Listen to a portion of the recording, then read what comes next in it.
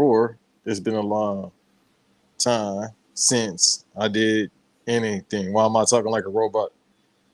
Because I am AI Banks, and that's Hey, AI Davis. wasn't that the whole point of the movie?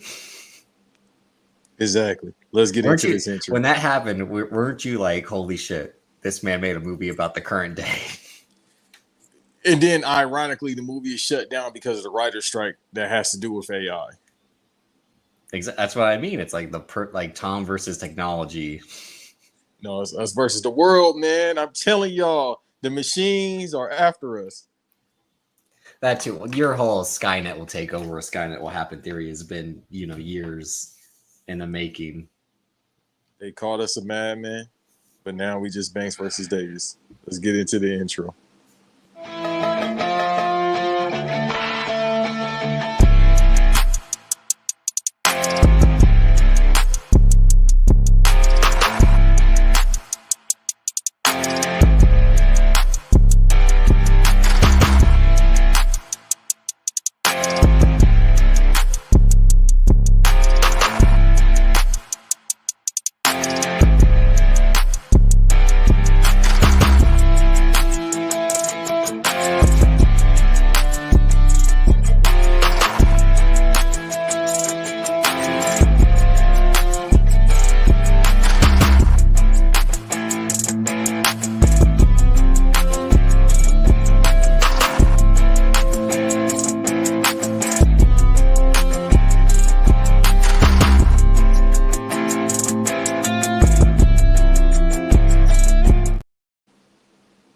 We're back. One day only.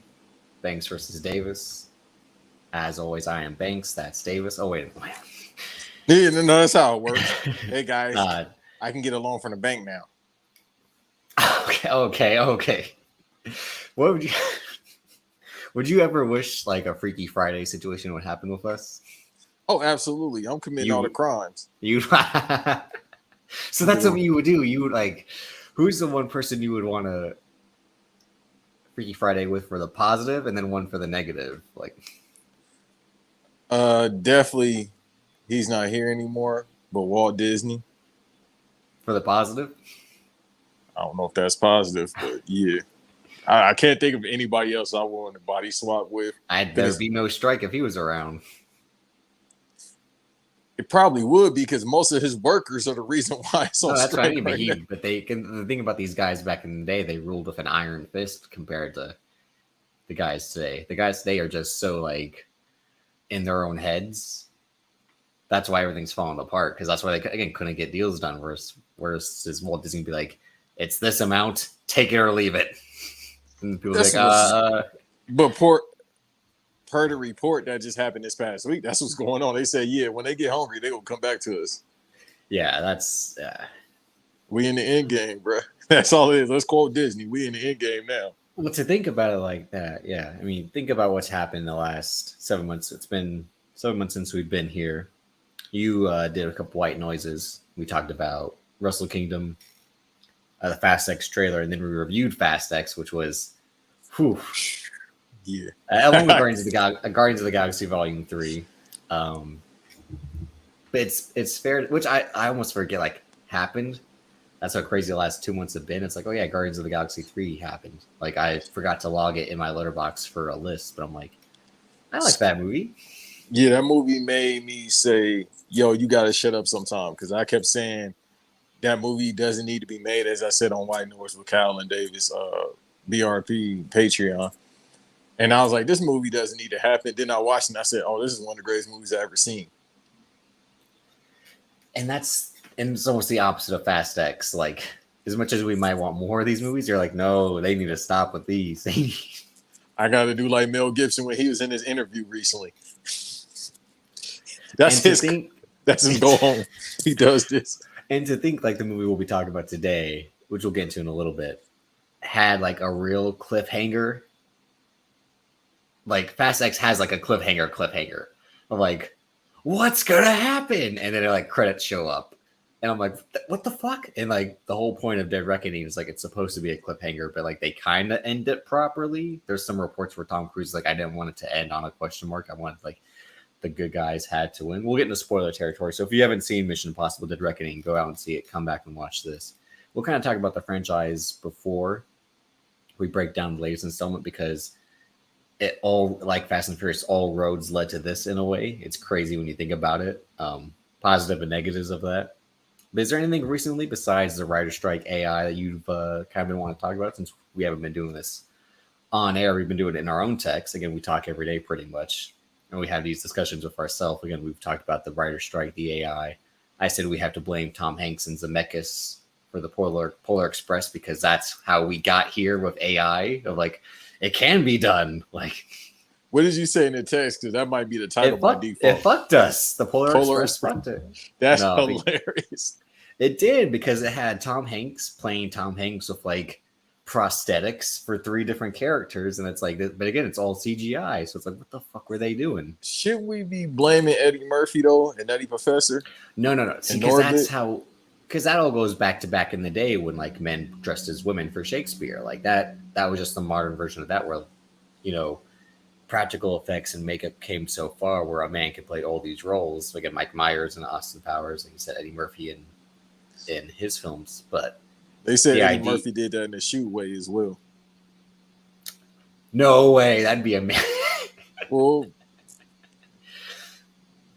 but again, that's Mission Impossible, just like per Johnny Gill, yeah. Oh my god. Would you want to try to... Would I who? You want me to trade places? No, would you? Murphy? No, like, would you actually like make me up like someone to trick a woman or to trick someone? Like, no, I just take off my hat and then they think I'm somebody totally different. Because that's one of the best parts of Dead Reckoning. Like, Shea Wiggum, he just goes up to people and like tries to take their faces off, and they're like, "What the fuck are you doing? What the fuck are you doing?" And right, I can't trust it. But he's like the smartest guy who knows like what to do. That we'll get into him playing. He's basically Tommy Lee Jones of this movie. You're like, I want every outhouse, in-house, hen house, a dog house. Like, we are gonna find this man. That's Shea Wiggum in this movie. Like, which was the first strike for me saying, okay, besides the Rome stuff with the chase scene, which we'll get into. When I saw him, I said, oh, something's going on. About him being like, I was like, hold on. Yeah. Well, no, Shea Wiggum is just a great character actor who you want to cast in everything, because he can do drama, he can do comedy. But why him? See, we're going to get to it. Tristan, I see it. Yeah, because he's a guy, I think, like you said, it's funny that he crosses over that world as well. But Chris McQuarrie has long said he has to compete with the Fast and Furious films. He's well aware of that. He says he has to compete with James Bond. I'm trying to think of who else is crossover from those franchises. There anybody that's under the Universal Paramount umbrella at this point? Yeah, pretty much. But more so Universal, of course, because everybody comes from Universal anyway. To be honest. Well, let's set the table straight for us. So we're back one day only.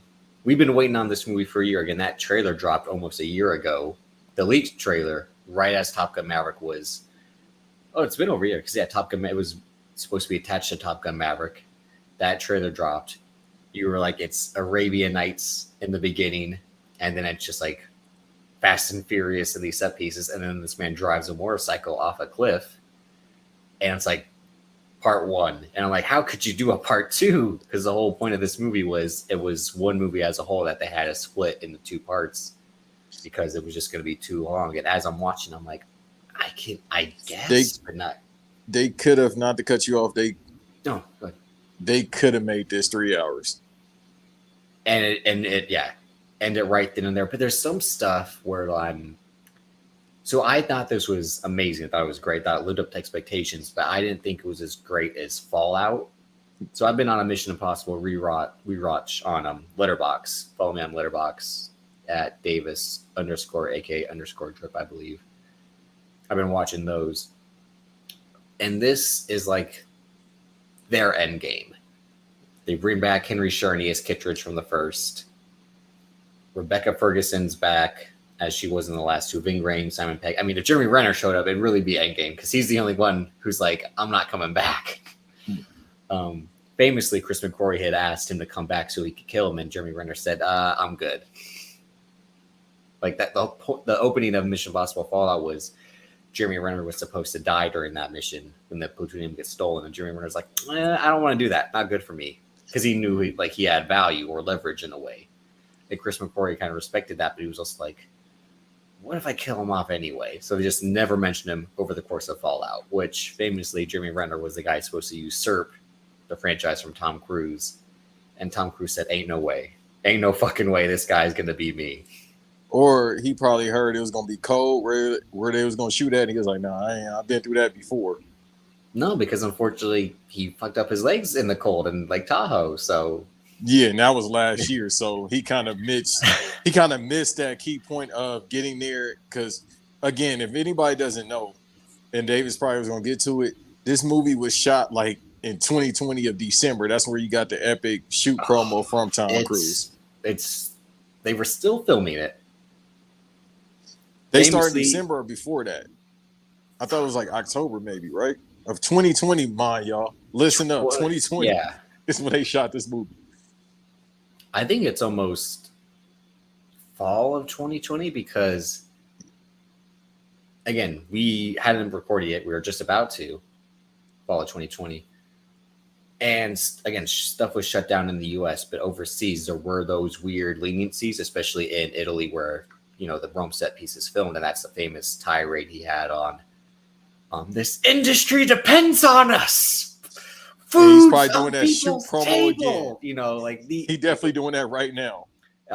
People back home, I'm on the phone with studios telling them not to pull the plug. And there's an article, I didn't get to read it yet, but he basically had Paramount in the palm of his hand saying don't release Top Gun Maverick, first of all. Don't release that at home.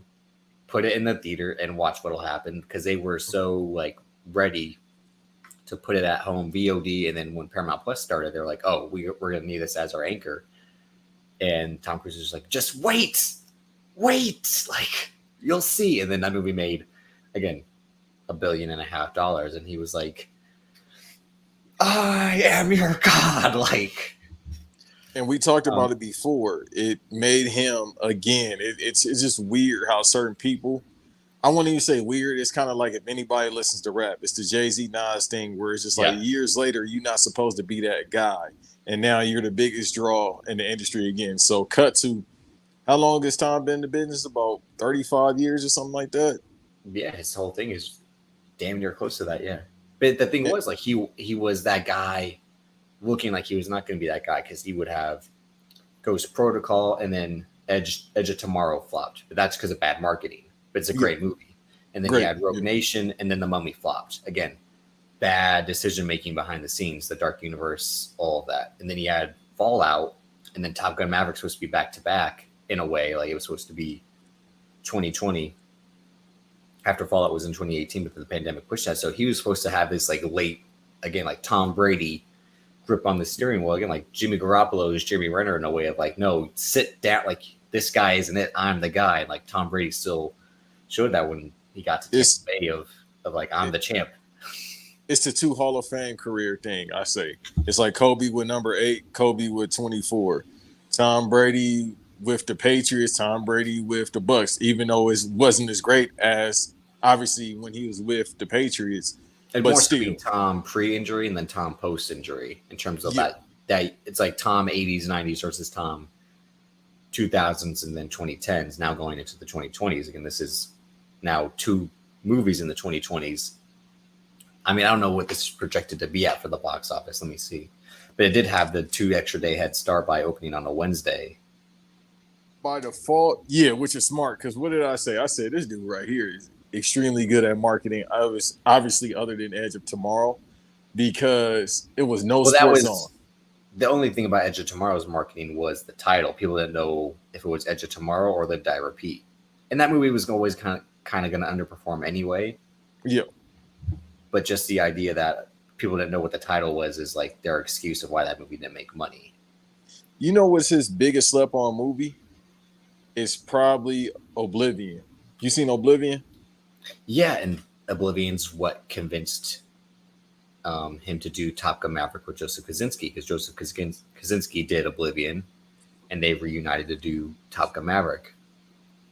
And Joseph Kosinski kind of said, when they were doing the the aerial scenes in that, he was inspired by Top Gun, and that's what and the way he shot those, Tom kind of was like convinced like this might be the guy to get this film off the ground. Because remember in the early 2010s there were all those talks of Top Gun sequel happening, and when the 30th anniversary happened, he was on Jimmy Kimmel and they asked him like, "Are you going to do it?" And he said, "We're still in the works of it. Him, Jerry Bruckheimer, and they have a director. We're just trying to get the right story." And the story was the longest thing that they took. That's why McQuarrie, again his personal screenwriter, came on at the last second to alter it to his liking, and then the casting process. But yeah, the fact that even Oblivion is a movie that made a decent amount of money, but that's when again the argument of like, is this guy slipping with these weird choices or not weird choices? He was not going to play the superhero game, but he believed in every other aspect of the game, like sci-fi action,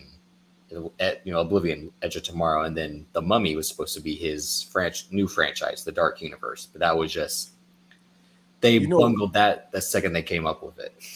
You know what it is too, and you're absolutely right. It's because everybody was trying to get in on the universe stuff because of Marvel.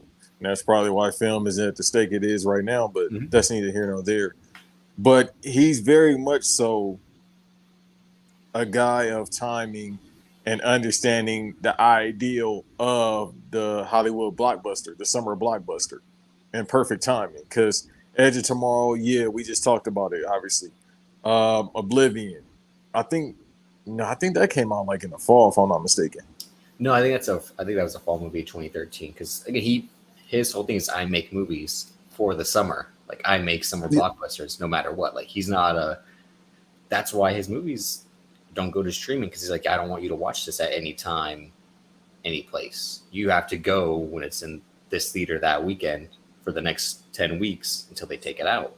And he's the only person, I'll say, modern, past Hollywood, that actually cares about the summer blockbuster. Because with Marvel, we know from 2007, I'm not trying to pick on Marvel, but why not? Just because that's what we've been knowing for about 16 years or so now, since Iron Man came out. And it was always like the summer blockbusters, the past, I want to say up until last year, they were the gods of the summer. Yeah. But it wasn't focused based on. I just talked about this with something like Doctor Strange almost made a bill, which is crazy. And even Thor Love and Thunder made 700, and Wakanda Forever made barely 800. So they still had, Marvel was still Marvel, but the buzz on those films anyway, I think, worked against them. Doctor Strange, the buzz worked forward of who's going to be in this movie, all the cameos and all that, the shock and awe of like, are we going to see some big surprises in this movie, I think is why it got to 900 in the first place. But the criticism of Thor Love and Thunder's CGI and tone is why it only made 700. And then the Chadwick part of Wakanda Forever, I think, is why it only made 800. And the Letitia Wright, backlash as well. But when you see the movie, you're like, oh, this is still, again, a 4 out of 5. It still holds up.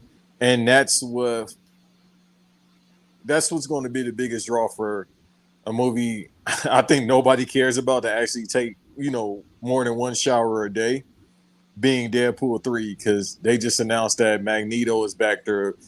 Christopher, what's his last name? Ian? Who plays Magneto in the old... Ian McKellen.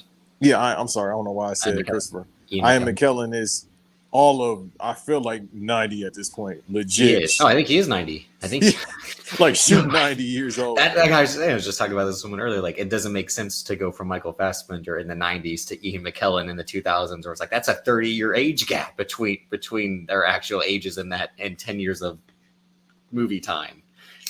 And dude, thank God. This is the only time I cared about the strike. Thank God that movie is halted. Yeah, keep it on hold. But now the rumors are saying that Blade might be cooked because our guy walked away. Well, that was a cursed project. Yeah. When a man calls you and says, "I want to make this movie that you had no intention of making," right? Then that's the decision-making part. Again, like it's over before it starts. You don't have a chance to win the game if you don't have the players. And again, me and you talked about it. I think when this pod first started, it's really not needed. I got Blade 1 and 2. It's not needed right now. Just like everyone they're trying to introduce, do they need right now? Yes and no. Like to set up the Marvels, yeah. it makes sense to do the show and then connect it with the movie. To do No More Now, that was a great way to tie him in and introduce him in Wakanda Forever. Like the way they've been trying to shoehorn and connect everything. Again, the Skrulls. I haven't been watching Secret Invasion yet because I just finished She-Hulk last week. But again, like She-Hulk was at the time to introduce her. And Mark Ruffalo's like, I don't want to be the Hulk anymore. Then yeah, because Mark Ruffalo is basically saying like, he had a tweet yesterday where he's like, we just need, like, he was saying like, we need indies for filmmaking, like real indies. And I'm like, this man wants to do all in for movies, like no studio backing, self-distribution. So a man who tried to do that was Steven Soderbergh, and his movie tanked, and he had to go back to the studio system. Like, yeah. So going back to Tom, I think with him, and that's why I put, the status of summer blockbusters. With Paramount, obviously, he has them at the palm of his hand just because, again, like you just talked about with Top Gun Maverick last year and right now, they didn't expect it to be the biggest draw, one of the biggest draws of last year. I mean, Oscar not nominated. Not the way it was, yeah. Yeah, it wasn't supposed to make that much. I felt like it was going to make $400 million, but the crack a billion. But when you have, and this is just cliche to say, like, you didn't watch that movie during the test screenings. You didn't know, like, you had a perfect movie right then and there, and like that's what works. Like, yeah, but not in this era, because it's like, you get what I'm saying? Because this is a property. I still haven't watched Way of the Water, but Avatar still made its money, and I'm like, again, no one talks about Avatar. No, but what I'd be saying. But no one talks about this movie still. No one, just like the first one, no one talks about this movie ever. That's why I keep saying them numbers is a lie, bro. Because he cracked a bill within a month. Like, somebody lying, bro. It's appalling and fascinating because it's like this movie dominates its moment, but has like no lasting legacy. And that was the argument of the first one. They lying about the numbers because Avengers Endgame, that shoot, I think beat the first Avatar, for highest grossing movie ever. But then they said Avatar got we back talked up. About that movie as a society for 8 months, like, bro. But then Titanic, before all this stuff happened this year, that went back up, and I think that beat Endgame. And it's like, nah, bro, he's lying about his numbers. Well, I don't like to do like the re-releases because that's a cheat. That's just like an extra, like, the match is already over. Like, come on. You know what they're doing with Toy Story, right? They're gonna re-release Toy Story. You didn't hear it? No. Yeah, the first one is supposed to get re-released, and I think a couple other Disney properties in September. This is probably because they're like, put the old movies in the theater because we can't make any new ones. But who in their right mind is going to see? Dog, had that on VHS for 30 years. That's the like, why am I paying for Disney Plus if I? And that's their whole. Again, like someone, the argument, like the discussion today is like they're going to put Miss Marvel on ABC because, as we discussed privately, like when the first writer strike happened, not the first, but like the one that you and I can remember in 2007, like they put shows from other networks onto their sister networks. Like Showtime put their shows on CBS because CBS needed to fill their slots. Like, so ABC now having the movie. No, the Marvels is still coming out, but I'm saying Miss Marvel, the show that you can only watch on Disney Plus, is now going to have like a slot on ABC primetime. Are we sure that's still coming out? No, I'm saying the show Miss Marvel. No, I'm talking about the movie. The movie's still going to come out because it's already filmed. They ain't said nothing. Hey, Aquaman was shot 3 years ago. They ain't said nothing about that. And Van keep saying that's a money laundering scheme. No. But I'll defend James Wan on this because James Wan got the first one right. Like, it looks really great. Like all the CGI, all that, and like again, he cares about his action choreography. But I would agree. Like, hurry up already! Like, come on! Like, I don't think it exists. I haven't seen the trailer. No, I think it does. No, there was a thing where like the trailer's supposed to be coming out. Well, I think it would have been coming out during Comic-Con, but if you don't have any actors to promote it, who's gonna go? Like, but the thing is, the movie was shot 3 years ago. They said it was supposed to come out 2 years ago. It's all post. You know how post is. Dog, I ain't believe. Come on, man. I haven't seen Across the Spider-Verse yet. But what? Yeah, I haven't seen it yet. Hey, man, it was a good episode. Thank y'all for coming by. But did the actors say they recorded their dialogue 3 years ago, right? Yeah. Yeah. So again, the But movie that's was fine with animation. I don't have a problem that's with all animation. Aquaman is. It's 80% animation and then 20% practical. Yeah, but these still are real characters. Real No, these characters. are fictional characters. These are real people. They are real actors on a fake set. Like they are like It don't take that long. It's literally that movie's supposed to come look out what 2 it years ago. doesn't take that long. Even Mission Impossible Fallout has horrible CGI. That helicopter chase once they crash, the Chris McQuarrie's like, I don't care about we flew real helicopters. That's why. Exactly, but you don't care about that because you just saw like some real stuff. No, what I'm saying, like he's like, we flew the real helicopters. Of course we can't fucking crash them. Like Right, and some idiot be like, you should crash them too. Like, who's gonna be in it? and then when they crash the real train, people will get pissed. Because that's what they did for this one. They crashed the real train. Remember we talked about that set video right when the show started in 2020. Like they show like a train falling off a cliff. I'm like, who pays for that? Who picks up a train from the ground? I'm almost like, how did this not blow up? Every time an action movie shows me something falls off the height, it blows right up. Like, and audience, in case y'all think he's ribbing you, that's a shoot. It's an article about that. They went over budget for the film, so they had to call Paramount. More than likely, Tom had to call Paramount. Him and Chris, they had to have a conference call. Hey, we need. I think that cost them 70 more. I think that took them 70 more over budget. There's the whole story. I think you must have read the article. I sent you the one I haven't read yet, but it was all about how Tom Cruise basically was Peyton Manning, and Paramount was like the Colts coaching staff. He's like, here's what plays we run. Okay, I call the plays. I make the show happen.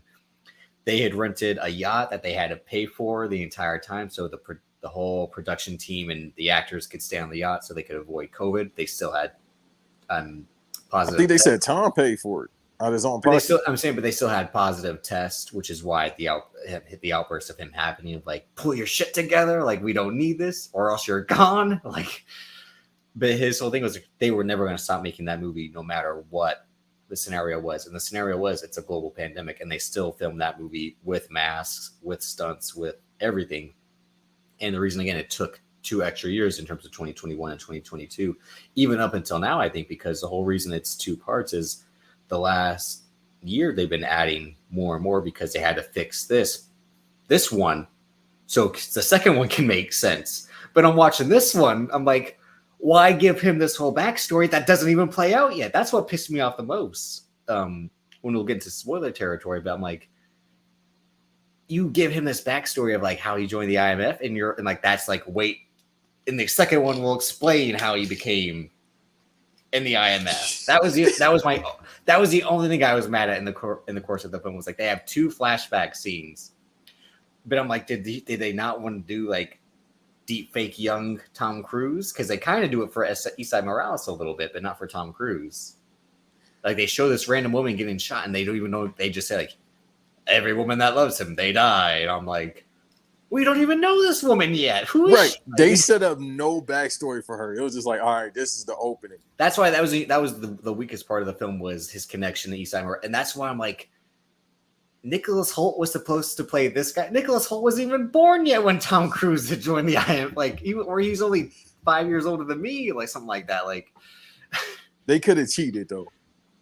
No, they could have cheated. Well, that's okay. Like, no, you want to talk about that first, about the villain, and then we'll get to everything, or you want to go piece by piece? Because I could break this down piece by piece.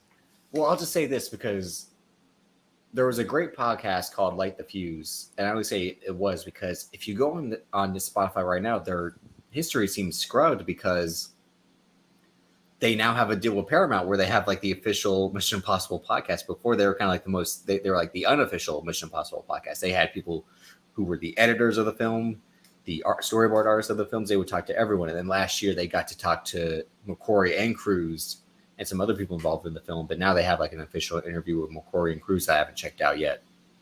But anytime you listen to Chris McQuarrie on a podcast, he talks about the constant rewriting of these films depending on the actors, the stunts, locations, and all that. So having Nicholas Hoult first cast, him dropping out due to scheduling, and then recasting him as Eastside Morales, I'm like, so they have one villain in mind just to rewrite him later, or is he maybe going to be like the son of a guy or something? Like, No, I think you can tell this backstory of like Esai Morales having a connection to Ethan's past is something that seems added on compared to everything else. Kind of seems is what they were going for.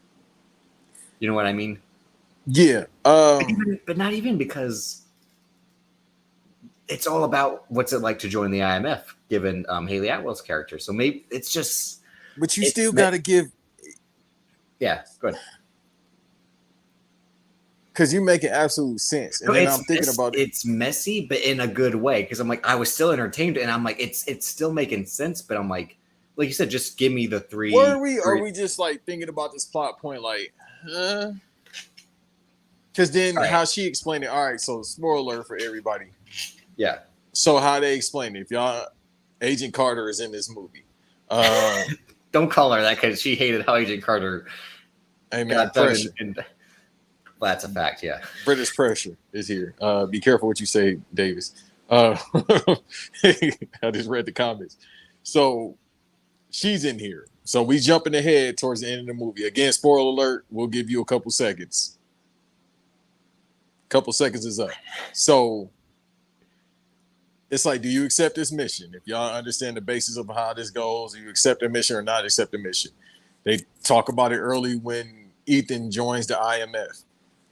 So with her character, it's like, all right, she goes through these series of events with the IMF, even though she's not officially jumped in to the IMF. Basically, that's a good way of saying it, jumped in. Yeah, she didn't get put on the set. Because that whole train thing is being jumped in at that point. What do you have to do? Like, fucking, someone said it's Uncharted, a sequence from Uncharted 2, like having to maneuver from thing to thing. That's what I want to talk about. There you go. Oh, okay, go ahead. That's what I want to talk about. I was waiting for you to bring it up, or somebody in the comment section. And then we're going to talk about the Fast and the Furious aspects. Because I didn't play Uncharted, it reminded me of the Wanted, the video game, when the airplane gets fucked up and you have to, again, bounce from like seat aisle to seat aisle in that kind of way, like they do in that movie. Like, and with this, at the end of the movie, it was definitely Uncharted 2. I was like, as soon as I seen that, I did the Leonardo DiCaprio point from Once Upon a Time in Hollywood. Like this? Yeah, no, I was like, all right, man, y'all got it. That's all I kept saying, because that's the opening from Uncharted 2, by the way. Well, to be fair, Tom Cruise should have been Nathan Drake. That's kind of spot on, too, but he would have tried to do them insane stunts. If anybody played the game, yeah, you can't do those in real life. You mean he drives the fucking motorcycle off a cliff? You want to talk about that stunt? All right, let's take it back to the beginning. So back to the beginning. So the first one, 96, directed by Brian De Palma. Henry's journey is Kittredge, the guy who basically is the villain, but villain by proxy, because he's not the real bad guy. He's just the man trying to bring in Ethan. He resurfaces for the first time in fucking almost 30 years to be, again, not the villain of this movie, but he kind of was based off the ending. Like he's trying to buy the key, but like Cary Elwes from Princess Bride is the real villain because he knows what to do with the key. So I'm like, were they in cahoots, or did he not know like what Cary Elwes's plan was?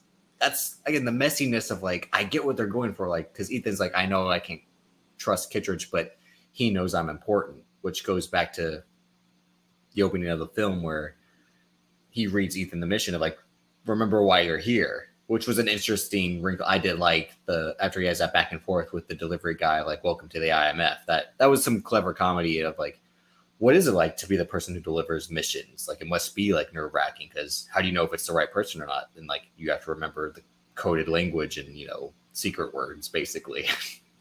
The word is. Yeah, when they were doing that puzzle.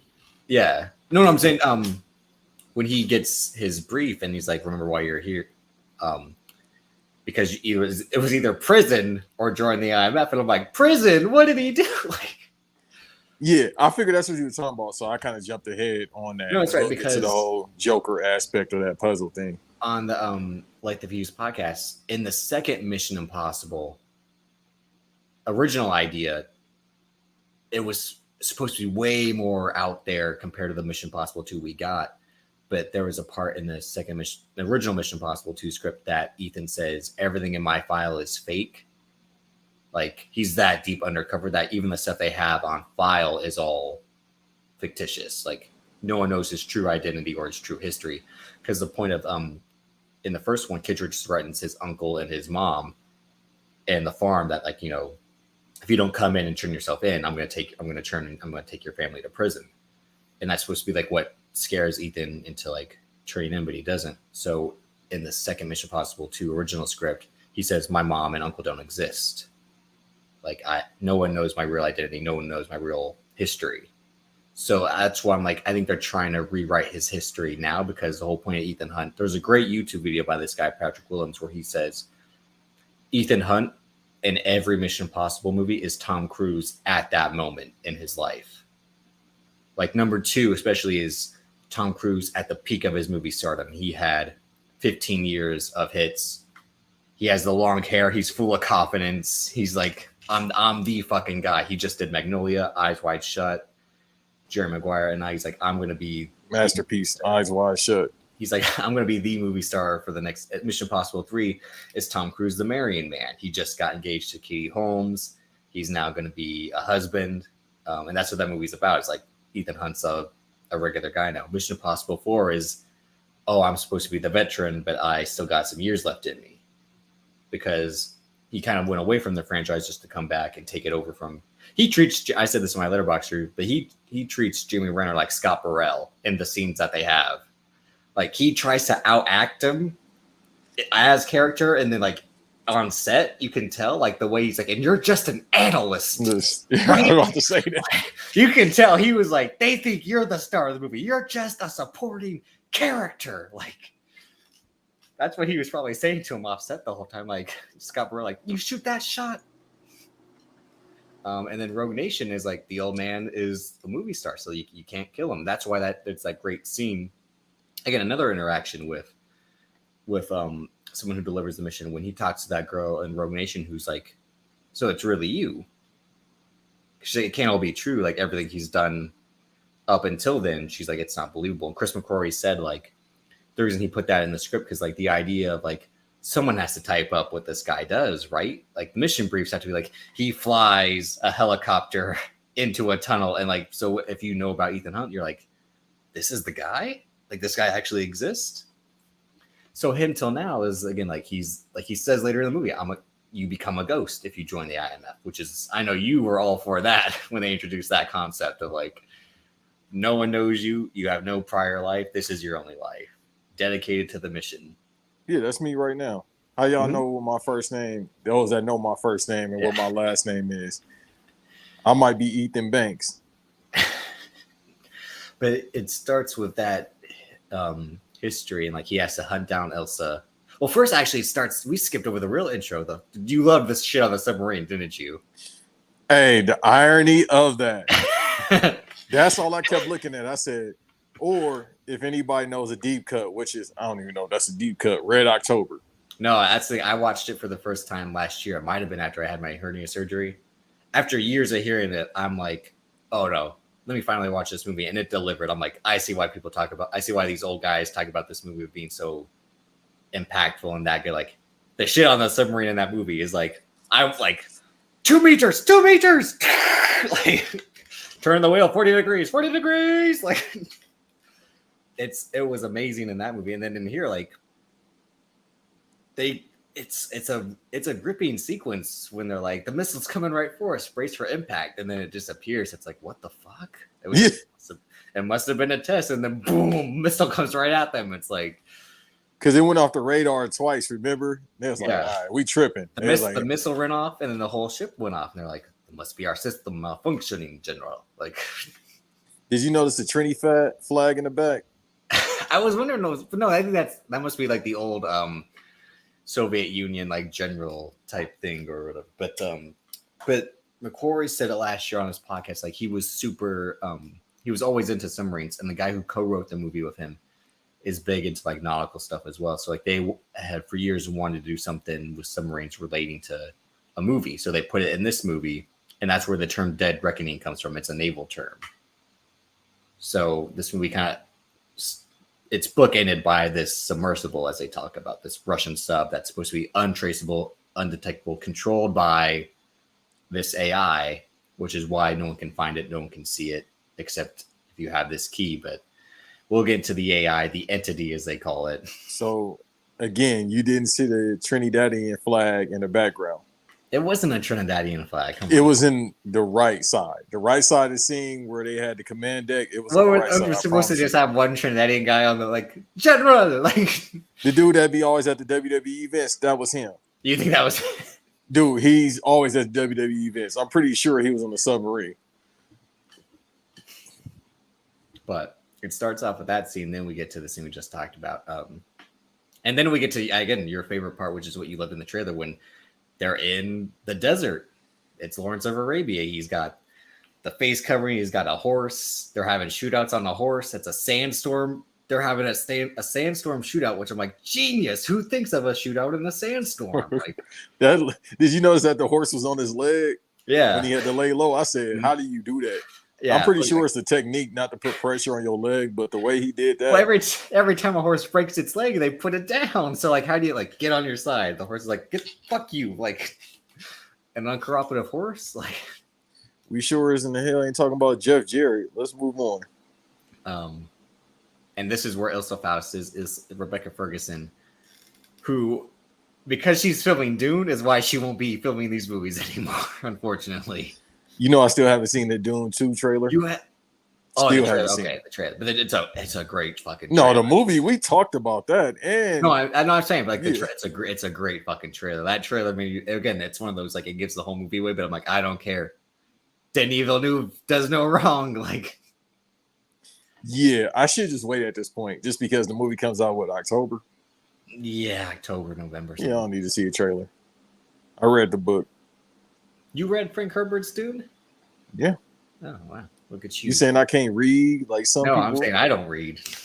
No, because you about to start this shit, and I'm about to ignore you. I'm sorry. Go ahead. No, they had this great shootout during a sandstorm, which is, again, kind of a callback to the sandstorm in Ghost Protocol. Like, McQuarrie always kind of stitches back to what's been done, even though he's also kind of one of these guys who hates when it's called out. But that's most directors. They hate when their work is nitpicked. Sound like me. Yeah, and then that leads us to this scene in the office where all these character actors doing American accents. They have Mark Gatiss doing an American accent. They have Indira Varma doing an American accent. I'm like, why cast foreign actors to do American accents? But it's all a ruse to introduce Kittredge as, like, here's what this key does. Here's what it does. It's all about AI, an AI that controls itself. We thought we can control it, but it controls itself. What did you think of that plot device? Because I thought it was genius, but I'm like, it's the only thing that makes sense at this point. Like, is he going to fight another terrorist? Is he going to fight another arms dealer? Like, of course, Tom Cruise has to fight technology. Like, you really want to know my opinion other than what I said yesterday. Mm-hmm. So, as that scene was going on, again, the Once Upon a Time in Hollywood point, I was going to text you at that moment, but I was like, all right, let me wrap this movie up. I'll talk about everything, to build up to the finish. I said, everybody owes Vin Diesel a check. Why you think nobody? You're not. It's not even God's eye. Bruh, how did they go? God's eye doesn't control things; it can only find things. It don't matter. Wait, wasn't that in the 8th one? God's eye is 7, 8. The point of the 9th Hobbs one and Shaw is where it's more prominent. No, because the whole point of Hobbs and Shaw is it's a super soul. It's a cyborg factory. They're run by the AI with a voiced by Ryan Reynolds, but that's because that's someone they haven't introduced yet.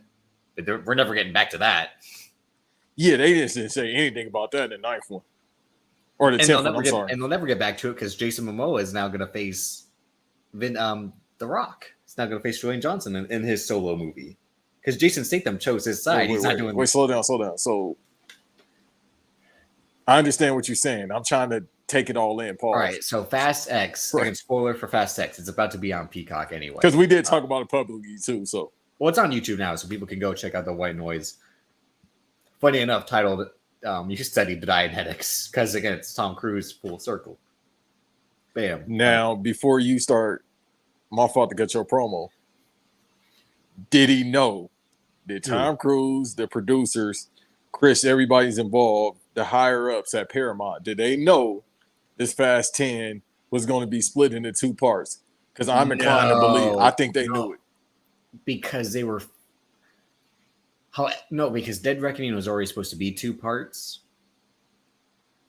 The idea to do Fast X and then Fast 11 was all because of Justin Lin. Don't forget, they were already saying that Dead Reckoning was supposed to be two parts right before the pandemic. The whole idea of missions, it was supposed to be Mission 7 and 8. It was a movie so big that they had to do it in two parts already.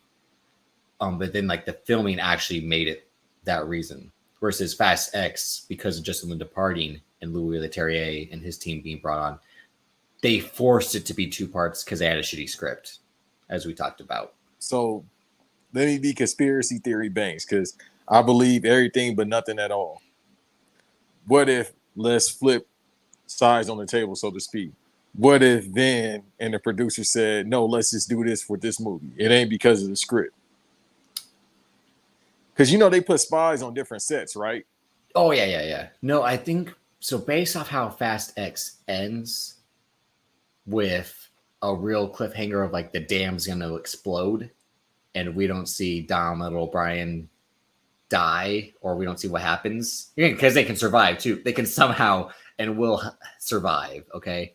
Which is a better finish than this one, but go ahead. And we don't see Tej and Roman and Ramsey survive or die. Their plane crashes, they could have survived. They made a legit cliffhanger, like part 1 to set up Fast 11 or Fast X Part 2 if they want to be dickheads about it. To tease The Rock, Dwayne Johnson. I just never want to call him The Rock when he's an actor. Dwayne Johnson come back again because that was last second. Remember? Just like Gal Gadot just like Gal Gadot showing up was last second. Because they said that reshoot was like, what, a couple weeks before the movie actually came out? Yeah, because the story leaked probably a month before, like, he's going to come back. Just like Gal Gadot. Gal Gadot was the end of 2022 that she was going to return. But she returns for 2 seconds, and again, you could tell she showed up on a soundstage, walked on, walked right off. Like, that was it. That seems to be a reoccurring thing with these movies. But the idea of The Rock's cameo is they set up a movie where it's just going to be him by himself. But like, I'm like, so does he face Jason Momoa by himself? Because Jason Momoa leaves him the voicemail like, I'm coming after you next. So again, is Dom already dead? Is Jason Momoa now moving on to Hobbs as his main priority because he thinks Dom's dead? That's the cliffhanger aspect of it. So then they do the shitty thing where now Cypher's on the hero team because again, everyone has to have a fucking face turn.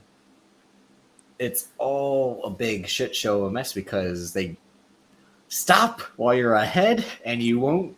And again, they killed John Cena. Eve texted me about this. He's like, why did this happen? I'm like, I don't know. Okay.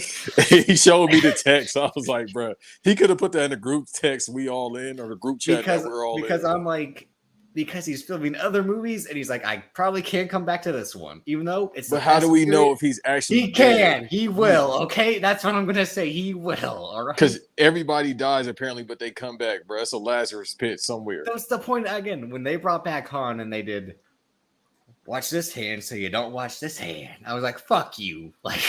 And then he became Playboy. Anyhow, y'all go watch White Noise. But what would this pod be without a Fast and the Furious conversation? No, but what I mean, like, that was you could tell, like, they were forcing themselves into a part 2 versus this is like you're saying, like, they could have had a 3-hour movie, but they didn't want to do a 3-hour movie. Even though this is 2 hours and 43 minutes, that I think they could have cut some out of.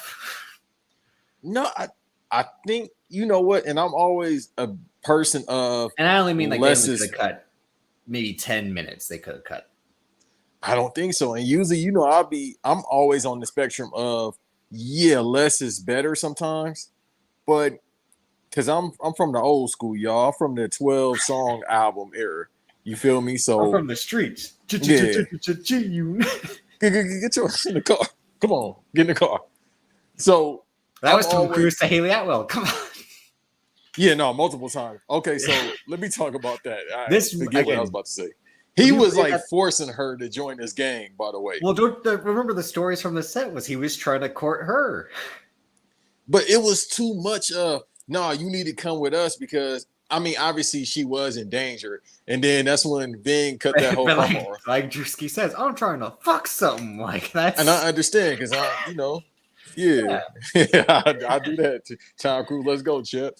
But even Luther was like, there's no way you can go. Now, obviously, I can't do his accent, but there's no way you can go in the world.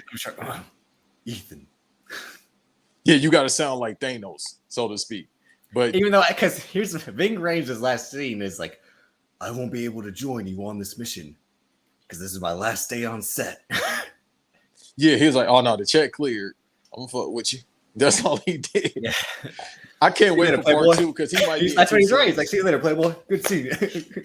Because if you want to give people a breakdown of the conversation we had last week, I was like, yo, I noticed he wasn't in Ghost Protocol. And then you was like, oh, that's because they didn't cut the check. No, famously, he wasn't supposed to be in it. And Chris McQuarrie was like, why the fuck isn't he in this movie? Like, so they brought it back. That ending is reshot. So the reason things are all over the place is because Chris McQuarrie was the guy brought in because Ghost Protocol, and again, this is why I think it's the weakest. But again, the weakest Mission Impossible is better than 8 movies out of 10. Yeah. Yeah. Better than like most average movies. Hey man, because Paula Patton, she shouldn't have been in every movie. But she was. I only think the reason she wasn't because Tom Cruise is eyeing her the same way. And when he found out she was married, he's like, Tch. But I told you about Tom. He got a pattern now. Yeah, all right. We won't go there, but he got a pattern.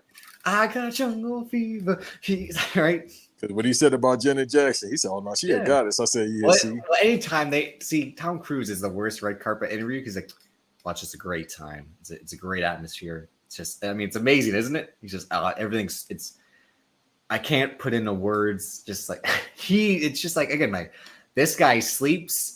He sleeps out like how Gabriel sleeps when he wakes up in the train. That's how Tom Cruise sleeps, in a coffin with the oxygen mask on. Y'all think he's joking? He's actually serious. No, that is like they put. And they said he don't sleep at all too when he's on. When he's in working mode, he don't sleep. You can tell. Yeah, no. Him and Tony Khan are the same person. But yeah, like you can tell, like he's smitten with because she pickpockets him, and they have a great scene when he does like a call back to the first one where he does his sleight of hand, like this key or this key. And now they're both gone. And I'm like, does he use this on women in real life? Like close up magic to be like, look at what I'm doing here. Like, does he try to be David Blaine with it with these women? Like, that's how you got Katie Holmes. Maybe. You know, really was like, hey, Katie, look at, is this your watch? Like, but they have that great scene. And then he agrees like to work with her to capture. Because like every Mission Impossible movie, they have to give the villain what they want so they can capture the villain with it, which is the plot device that they always use. Because it makes sense. But Gabriel being the main villain, or as we know, the main villain in this movie. The entity's the main villain, yeah. Yeah, the AI is really the main villain, which, again, this is Tom Cruise saying years ago, no, I know who's going to be the villain. And then cut to 2023, like David said. And he like, see, y'all thought I was crazy. See, I told you. It's great when they have, like, they make Gabriel disappear, or then, he's just a digital shadow at that point. Like, you can tell he's there, but now he's gone. And the only way you know he's real is the reflection of the mirror in the footage. Like, that was smart. Just like how it's smart when they use deepfake technology to make Shea Wiggum and Greg Davis capture every person. Oh, that's supposed to be them. That's supposed to be him. And where we get the great gag of him trying to rip off people's faces because he thinks it's a mask. And that's when Greg Davis is like, what's your deal with this guy? Again, they have some tension, but they never explain that. So that's supposed to be another part 2 thing of like, were they in the academy together? Because he's like, I know everything about this guy. He'll try to trick you, run from you, all this and that. Again, he shows up to be Tom Lee Jones with the I don't care, but I do care. Like that's him in this movie. This whole movie, too, people, is not to say it's a bad movie. It's pretty good. You can just like they're wait on it. That's what it is. It's just like you gotta watch Across the Spider-Verse, bro. It's the same thing. Same thing. Okay. where it's great, but you know they might have one more trick up their sleeve, maybe. Because let's get to next year if the movie actually comes out next year. I'm going Yeah. 2025 at this point, but whenever it comes out, and that's the same thing Tom across the Cruise again Spider-Verse. is going to get is going to get a rogue team of non-union people to make this movie. You joking, but you might be very serious because there's a couple non-union workers like myself. That's what I that be mean. like, I'll do it. Like you not gonna if you get hurt, you get hurt. I'm gonna tell people about being non-union. It's great, but it ain't that great. I will cover you on the back end. Like no. He ain't gonna do that because ain't no paperwork. If you non-union, ain't no paperwork. You just gonna have to take that L. Yeah, but see, and it's the thing where like I wasn't dissatisfied, but you can just tell like it's like, well, I got to show up next week, right, to watch the next episode. That's what it was. Like, which again isn't a bad thing. It was Infinity War to Endgame. Like, well, I gotta know what happens next. Like, well, let's hope it's not like Endgame. Okay, this is where I get into our. All right, this is how you know it's a Banks versus Davis episode. We argue about it here. Let me put my hair up. All right. Here we go. Come on, Endgame is great. Okay, it's good. It's great. Good and great ain't that far apart. It's fine to be good. No, you think it's good because the first 2 hours is a bunch of bullshit. Oh, it's them just sad and then yeehaw slapping their like. No, that's the best part. People talk about the action. Everybody talks about the go home. The go home to me is fine. The best part is the plot, as I've said before, but it's the point of I don't like, and it's all it's all perspective. It's all a concept being time because time is a concept anyway. But it's the whole time, space-time continuum thing that throws me off. That's the only thing. But I'm saying it's good. That's nitpicky in terms of, and I'm not saying in a bad way, but yeah, like how does Cap come back as an old man but stay with Peggy? Then I get you. Like in the context of like their universe and like trying to make it even. But as we all not to cut you off, she's prominent in the Marvel universe. But in this movie, dog, she in the same amount of scenes as Tom Cruise. Am I lying? No, which is that's how you know it's a Mission Impossible movie when it's Tom Cruise in 80% of the scenes. 85. But she was in about 80, about 75. Again, it's because this movie tries to be three to four things. It tries to be the team as is, what's it like to Ethan to protect the people he loves, Benji, Luther, Ilsa. Which they bring up twice, 3 times, if not more. It's about Ethan going rogue, which is the Shea Wiggum Kittredge part. Like, this guy is the best agent and we can never trust him because he plays by his own rules to get the mission done. It's his backstory with Gabriel, which kind of ties into Grace because it's about what's it like to join the IMF and the life you have versus the life you're about to have. And then it's him versus the entity. It's him versus the technology, him versus the real villain, the actual mission, stopping this. And when that's introduced, of like when you see the entity in play, and then again, like you said, the trick bomb that Benji has to solve, and it's all just a ruse. It's all, which is a clever thing too. Like, imagine a technology tricks you into thinking something exists when it doesn't, which is the whole point of the submersible beginning. And that's that's how you know it's the real villain. And Gabriel not being the person that controls it, but being the person that takes orders from it is interesting as well. And the one person we haven't talked about yet is Palm Clementinoff, Mantis from Guardians of the Galaxy, who's only in this. That was her. Yeah, who's only in this movie to be, and that's not a bad role, but to be the henchman. But yeah, but she was a weak henchman. Then she did her baby face turn. Yeah, that's why I was only like the female part's a little underwritten, as Amy Poehler says in that Parks and Rec clip. You know what I said? I'm sorry to cut you off. Oh, good. I kept saying, because I was like, yo, is that Mantis? But I didn't think about looking at her. I was like, damn, Mantis fine as hell. And then now you say, no, she's an attractive woman, yeah. I didn't know that was her. I was joking. I'm like, damn, she looked like a fine ass Mantis. And then now you bring that up. That's hilarious. But it's weird because she's almost designed like a Twitter avatar for women going forward. Like, she's got the skirt, the boots, she carries a sword and like drives and crashes a fucking armored car. Like, that's why I don't believe her finish. Yeah, she's an e-girl fantasy like that. Like, she's what Devin Aoki was in Too Fast, Too Furious. Like, this will be the avatar what women in the future want to be. That's mommy. That's mom right there. Like, I think but yeah, you're absolutely right about the whole attire and stuff like that. I don't think that was her finish. I think that was just I think it was they wanted to have a badass woman who kicks ass, and she does. Again, like, she kicks. I think she would be in the second movie. Well, that's why they tease like we got a pulse. So it's like, oh, is she gonna like?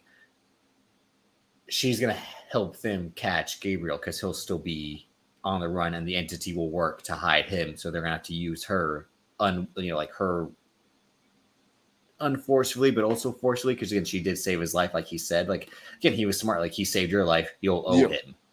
Which is like, again, writing, as people say, like, because boy, he was holding on by a thread trying to get out that train. But we're kind of the Rome sequence. Yes, it's exactly the Rome sequence from Fast X in terms of like, except done way better. Like, no. Yeah. He said, bro, they had a Hellcat going through Rome. He said, all right, I'm done. The Hellcat going through it when he knocks the crane to then knock the ball into. That's the only good part about that set piece. But and first of all, like I told Eve, having a Hellcat in Italy, in Italia. Yeah, you getting a ticket every 5 seconds, bro. The road's not even big enough for that. But that's why they drive this little fucking Fiat, which is when he just like, and it's a great bit, like him handcuffing himself to her, and like they have to control it. It's a good bit of like training day. Like, I'm going to teach you. Today's your training day. Here's how you be an IMF agent. Like, and like a true woman, she had no idea how to drive a car. Oh, okay. He said, "No, move. Let me switch. Let me drive." Well, that's why she's like, "You drive now," and he has to drive like. Yeah, end up getting handcuffed to the steering wheel before the train come by the skin of his teeth. Just like Jared said, "What a damn Jezebel!" Damn, but she has no heart. She has no heart. So she played his ass. She tricked him. Which happened. Everybody, this happened at least 10 times in this movie. Like, she did not want to join. Yeah. She did not want to join the team. But this dude persisted because they knew Rebecca Ferguson couldn't come back, and that's why they killed Rebecca Ferguson. And I mean, that made a lot of sense, and I wasn't mad that they did that. It was a good. You could tell. Oh yeah. That's why it's like she has. Again, she's in the shootout. The dialogue they have is, "I haven't been to Venice before. Neither have I." Like, what the fuck? Like, you could tell. I think what it was is, this is just my conspiracy. Tom was like, "Oh, you want out the movie? All right, cool. This is what we're gonna do. We're gonna kind of do a Barry job. Well, you gonna job." She got pregnant during both films she was in. That might have sealed it. At tail end of the production, like that sealed it. Chris McQuarrie talked about how in Fallout, the ending in Wynnum, they have the fight in the cabin. She's pregnant at that time. Let me tell everybody something. This is but also true. Dune 2 was filming as well, and she had a bigger part in that. I bet her priority, like, she can make the shooting schedule for Dead Reckoning, but she's crucial to Dune Part 2. Yeah. But also, too, personally, in the entertainment business, they don't want you to get pregnant if you're a woman. Oh, yeah. Yeah, it's that, again, the sexism is old as time. Yeah, so that's why. So that's one reason. They was like, "Oh, you want to go do Doom for sure?" And you keep getting pregnant, you can get up out of here. But to be honest, too, like they already gave her, not even because it's like McQuarrie has said, like he never wanted them to be a couple, like to be romantic partners. They were always going to have this respect while being attracted to each other. Sure as hell was in Rogue Nation.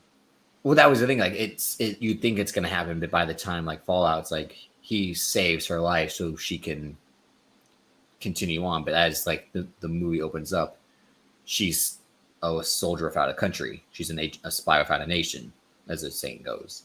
So the fact that she didn't get taken in by IMF shows she was always going to be collateral damage anytime she was attached. So and that's why it is a great scene where like both the fight scenes between Issa Morales and Haley Atwell, and then Issa Morales and Rebecca Ferguson were great, as like he's trying to run and catch them because on the other side, and he has the evil AI talking to him when he thinks it's Benji. Like, and like there's some great stuff in this movie. I'm not criticizing it like, oh, it's dog shit, oh, it's a mess. Oh, it's like there are some phenomenal stuff that it sets up so well. But like you were saying, like you're looking forward to how's it gonna end. It's almost like again like Infinity War and Endgame because McQuarrie did Rogue Nation, which is like the first John Cena AJ Styles match at Money in the Bank. Like this is good. We expect more. And then Fallout is John Cena AJ Styles at SummerSlam. Like this is how you fucking do it. And I don't know if this is John Cena AJ at Royal Rumble. It kind of is just in terms of like they do up the scale a little bit. That train stuff is dope. The Rome stuff is cool. But I think they want to do more with, again, the Shea Wiggum character, the Palm Glantinoff character, and the idea of the submarine as a whole, too. Again, and it's tough to say. I mean, it's a lot of plot points. But also like dialogue and then no dialogue. You know what I mean? Yeah. Like it doesn't want it because McQuarrie says like audience gets bored by exposition. They hate exposition. Like McQuarrie's a big test audience guy. He's like every time I get feedback from test screens, they're telling us about the movie too much. They're telling us about the movie too much. So he kind of like cuts that out or stuff that doesn't matter. Like there is also some great comedy bits in this movie as well, which has always kind of been, it's not a big weakness, but the reason I dislike Ghost Protocol is Ghost Protocol, it really is too like slapsticky with its comedy. Like it really tries to be too funny on purpose versus Rogue Nation and Fallout. Like it's sprinkled in and it's more like funny gags, like a Charlie Chaplin type thing. Like they do physical comedy, which Tom Cruise actually does pretty well, funny enough. I think more so with Protocols because of Edgar Wright. That's his name, right? Benji? Simon Pegg. Yeah, Simon Pegg. I'm sorry. I don't know why I'm thinking about Edgar Wright. It's in the same production together. But with Simon Pegg, I think they more so, hey, that's the guy from the cop movie. I can't think of it with the zombies. Hot Fuzz. Yeah. Yeah, it's that. Oh, it's and the guys who wrote it, that's supposed to be like their thing is like that kind of like spy comedy because they did that show Citadel that came out earlier this year. That was a show that they wrote just to have it rewritten. And you can kind of see the template of that. Like they're into that super basic comedy spy trope of like spies that are witty, ha ha ha, blah blah blah. But they're all bad jokes. Like the only good joke in Ghost Protocol is the obvious one where he's like, "You don't have enough to make it." He's like, "No shit!" Like, but what do you think was the biggest strength of this movie? Then was it the set pieces? Because I thought the set pieces delivered, but I wasn't as blown away as previous ones. You know what I mean? The stuff at the train, yeah, because it's so tension filled. Like, are they going to make it? But it's like it's Tom Cruise. Of course, he's going to fucking make it. But the fact that they did it that way, yeah. And it's multiple cars. It's not just one train car. They hop like 3 different trains, and it's so well done. Like the one in the kitchen with all like the grease and the fire. Yeah. And then he got to stop the fire while trying to get out. Yeah, and then it's the one where like they legit get the zero gravity, like, and plop back down. The piano that is a good set piece. Trust and that's me a good jump. Yeah, that's a good ending set piece for sure. Considering the ending set pieces have always kind of been up and down. Famously, Brian De Palma in the first one said they had to rewrite the ending of the first one because it was just supposed to be the mask reveal of when Tom Cruise takes off his John Voight mask and reveals it's Ethan. Like that was supposed to be the original ending. And then Brian De Palma was like, "That's fucking stupid. It's Mission Impossible." Like he's like, "Let's do more." And Tom Cruise was convinced, like, "Yeah, we should do more." That's when they came up with the helicopter flies into the tunnel, which is like, I said this on my letterbox, like people get mad at the Fast and the Furious for what they do. But in 1996, a helicopter flies into a tunnel and no one says shit. They created this. Like Jean Reno flies a helicopter into a tunnel and Tom Cruise jumps from that helicopter onto a train afterwards. Like that created the out of the world, the like, X Games. It created like the set pieces we have today in terms of like that's not possible, not at all. Right. I think it's just because now we have the internet. I blame the internet for almost everything. So it's just if that would have happened now, yeah, people would shit on it. Like, what? That's not believable at all. But Brian De Palma was like, no, we got to do something. Like, you got to end a movie like this in a big way. You can't just take masks off. That's stupid. Like He says that in imagine his De Palma documentary. Check that out. imagine Die Hard in 2023. The first Die Hard. Mm-hmm. The internet will rip that off.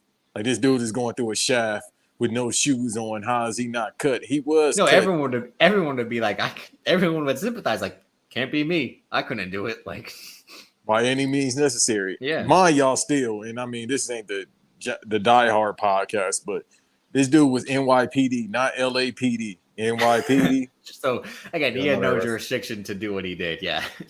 Yeah, he again, didn't have to. What did everyone say about Rush Hour 2? He's saying LAPD in Hong Kong. Like, Like what does that mean to them? LAPD. Like, They had no idea what he's saying. Anything. He's going to try to stop the triads with an LAPD badge. It's the triads on their home turf. Right, and they have no idea what you're saying. Some of them. Oh my god! The strongest. My fault. But I love the set piece in 2 because it's a fucking motorcycle chase shootout, and then him and Doug Ray Scott have a beach fight in which Tom Cruise throws kicks like he's Sean Waltman. Like he throws X-Pac kicks. Like he throws an enziguri, he throws a spinning back kick. He's like, when did Tom Cruise learn karate? Like, oh, because remember in the other movies, he just throwing hands, he throwing combinations. No, he doesn't. He doesn't even fight in the first one. He gets his ass. John Voight kicks his ass in the first. No, one. I'm talking about like the previous movies as time. Oh progressed. yeah. Like he never did. Yeah, he was never an action star like that. Yeah, he gonna run. That's Mission Impossible 3. The final set piece is him running, killing those guys, and then dying so Michelle Monaghan can kill those guys. Even though he does beat up Philip Seymour Hoffman with just like his elbows, like he does like. Yeah, he doing the Batman. Yeah, the Dark Knight. Because he's got the fucking detonator in his. Again, that's the great. I always say that's the greatest opening in a movie is the 10. Right. You better say something. You better tell them where the dope is. 7.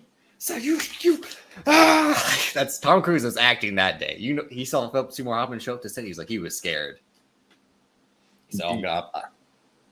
Or you think he's like, I'm gonna show this guy. Like this guy thinks he can outact me. Watch this. You got to. Again, he does the don't. Please don't. I don't know where it is. You got to. And then J.J. Abrams is just like, wow, Tom. I mean, I only work with TV actors. Yeah, with a lens splitter even on that. Yeah. Just lens splitter just bright as hell. The ending to Ghost Protocol. I mean, the fight with the cars going up and down is kind of cool a little bit. But he fights, as everyone says, like he fights an old guy. What's intimidating about this old guy? Right, jumping from car to car. Yeah. And then he had to trick him so he could take that bump. Yeah. And then he drives the car straight down. Which was gangster. He had to injure himself. Yeah. Yeah. Well, after the guy already breaks his knee because he fucking knee kicks him. Like he does the Yeah. Sweep the leg. Yeah. And then Rogue Nation, the only reason that ending is so like, is because McQuarrie said, like, again, they had to reshoot that whole ending because nothing went. Again, she was pregnant during that time. That's why her scenes are in the dark. Because like they had like the stunt double had to double her while she was. Her husband or whoever need to wait, bro. Damn. Slow down. And then, but as we said before in our special text, Fallout having a fucking helicopter chase.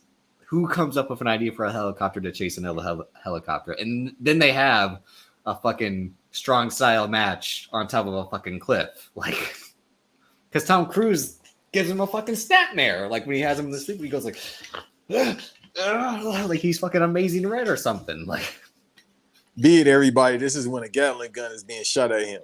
Yeah, Henry Cavill is just after he's like, this guy's trying to ram us. Like he's crazy. Even he had to say he's crazy. Yeah, he's like, this son of a bitch is crazy. Because remember, Benji was like, "How you gonna get the detonator? I'm gonna get it. Trust me, I'm gonna get it by any Well, he thought he would kept gonna like hop from one copter to another. He's like, no, I'm gonna. But the only point of that movie is like, if Henry Cavill wasn't an idiot, he would just have to throw the detonator down, and that ends it right there. The end. Damn, I never thought about that. You're right. Yeah. That's like, I'm like, every time I'm watching him, like, but he didn't know, like, that's what he was after. I think in terms of, like, that's the only way to stop it. Like, because he thought he was trying to kill him. Because if he throws it down, it's gonna be 40 fucking feet into the ground. He's gonna like fly his copter and try like search like with no like where is it? Oh, it's supposed to be over like So that's what, like, when you really want to break a movie down, like the plot doesn't work, he could have just thrown the detonator off the cliff and like that's it, like, But or out of the helicopter even. But now, after you said that, maybe he thought he was just trying to get to him. Well, obviously, you got to think like, No, yeah, man, and I think his thing is like he's trying to like go after him, yeah, because but also but he should have thought about maybe it's a detonator. Let me toss it. Well, no, just Henry in case. Cavill's character is just a musclehead. He's a meathead. He's a guy who thinks he's smarter than he is. Remember? Yeah, because that's what Alec Baldwin said. He was like, man, he just here to kill you. But Alec Baldwin's great in that movie. Like that's what it was missing, was we needed that more Alec Baldwin. No, they have. I mean, I know what you were. No. Sure. No. Yeah, you already know I can go to a couple places with this joke. Because I'm like, he pulls a gun on Henry Cavill. Even so, you think when you hear that, it's like, oh my god, what if that could happen to me? Yeah, it was the Raven Simone thing from That's So Raven. He saw it to the future. It was a close up. But no, I mean, I think this set piece of him driving the motorcycle onto the train and then the train falling off the cliff, it's pretty good. I'm not saying that it's pretty good. I'm not trying to say it like that. Like in terms of like it's better than some of the other ones in terms of the final set pieces. Yeah. Yeah, but just because also like you think the bad guy gets away too, and then like when he goes into his pocket, there's nothing there, and it is kind of a little like an unintentional comment that Ethan. That had me rolling. Actually, gonna text you. I know you had me rolling. I was like, what movie is this? Is this like a? But that's a great callback to the '80s. So thinking about it now, back in the '80s, they're not doing too many part twos to one movie, friend. Movie. So that actually would have been the Go Home. That would have been the Go Home. Come, like, and then the villain sometimes lives. Like people don't believe like action movies back in the '80s and '90s. Sometimes the villain lived. Because the way they set this up is like he has to find the submarine. So I guess he's just got to stop him from finding the like Ethan's got to find the submarine, but does Gabriel just have to stop him from finding the submarine? That's what it's gonna be. It has to be, because remember he said, "I'm the only one that really knows how the key works." Pause. Yeah. Which is why again, like the idea of killing him and not killing him was a great plot device too. Of like when Ving Grimm's like, again, I'm just because don't kill him. I know you want to kill him, but don't kill him. Like, and Tom Cruise, like, that's why I thought it was legit going to be a part 2, because I'm like, oh, he's going to like kill him, and then he's like, we're fucked. I thought it was going to be that dour of like he went too far and he has to undo what he did, because the way Chris McQuarrie talked about it on the podcast, he was like, the way the first one ends, it ends on a negative note of like there kind of is no hope to stop what's going to happen in part 2, and I guess again they must have rechanged that into the ending we have now, where he's still got an impossible mission to find the submarine, but like, yeah. But also too, you got to remember when he played the scenario game, when he was talking to everybody, it was kind of like, damn if you do, damn if I don't. So the second one, I think they continue that, like, all right, cool, I know what my fate is. It's the Tony Stark's thing. He might just go out like Tony Stark, which is absolutely fine, because it's a 27-year-old franchise. There's nowhere else he can go. Literally, it's like after this, like, dog, what else can you do? So I don't think Tom Cruise mind this being the finish.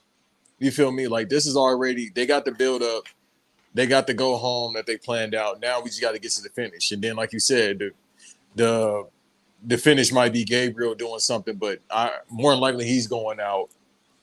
Tom Cruise going out, and then Haley Atwell's character might just be the new Ethan Hunt. Yeah, that aspect of it. But again, like I said earlier, like the whole Kittredge aspect of like Kittredge was supposed to buy the key. So whose side was he really on? Was he buying the key to control it himself? Just like Cary Elwes' character was buying the key to control it, because like he said, like, I think so. Because remember, but I guess I don't know if they were. It's like they're probably working against each other without knowing they want the same thing. But Cary Elwes works for I think he says like the NSA, right? Or the National. Yeah, he works for the NSA versus Kittredge works for the CIA. Yeah, but that was a good bit when everyone from those departments are in their room and they have to talk about the IMF of like, I'm sorry, they're the what? They're the impossible mission Mission force, Force. or like they're the guys we send when we don't want to send our own people. He's like, that's what you all do, like to get the job done. He's like, well, they 3 always people, get it. mind y'all. He's like, they always get it done, sir. Well, not just 3 people, like the whole department, but it's like, but he's like, normally it's one man and his team, sir, and this guy, he's the best. And Ethan Hunt, again, that's the best part. Like he's hearing this the whole time. Obviously, like the guy playing it is like playing a guy who's supposed to be wearing a mask. That's why it's funny casting, because the guy they pick with the white hair is just looking like the whole time in that scene. And then we gotta think about this too, unless she's written out. OG pressure, Angela Bassett. She was supposed to come back. The only reason they wrote her out was because of COVID. See, that's why they brought back Kittredge, because they're both. He became the CIA representative because Angela Bassett was the CIA in Fallout. And so she has to be in the second one. She got to be, because she was the biggest plot point of, or one of the biggest characters in Fallout. She was the one who, in terms of like pressing the buttons. By her not by her not. Because remember, she answers to the president directly. Yeah. Well, again, she's the CIA. But Holt McElhaney and Nick Offerman are supposed to be like 2 generals, or Nick Offerman's supposed to be a general in the second one. There were actors that were cast, like Chris McQuarrie would post their images. They just were like with no context. So Holt McElhaney and Nick Offerman are supposed to be in part 1 because they were in this one. And Hannah Waddingham from Ted Lasso, she's supposed to be like a naval admiral, so she might be like the one who is on a submarine trying to find this submarine that's gone missing. So there are some actors who were cast already, and the woman playing the president. She wasn't in this one, so she'll be in the next one too.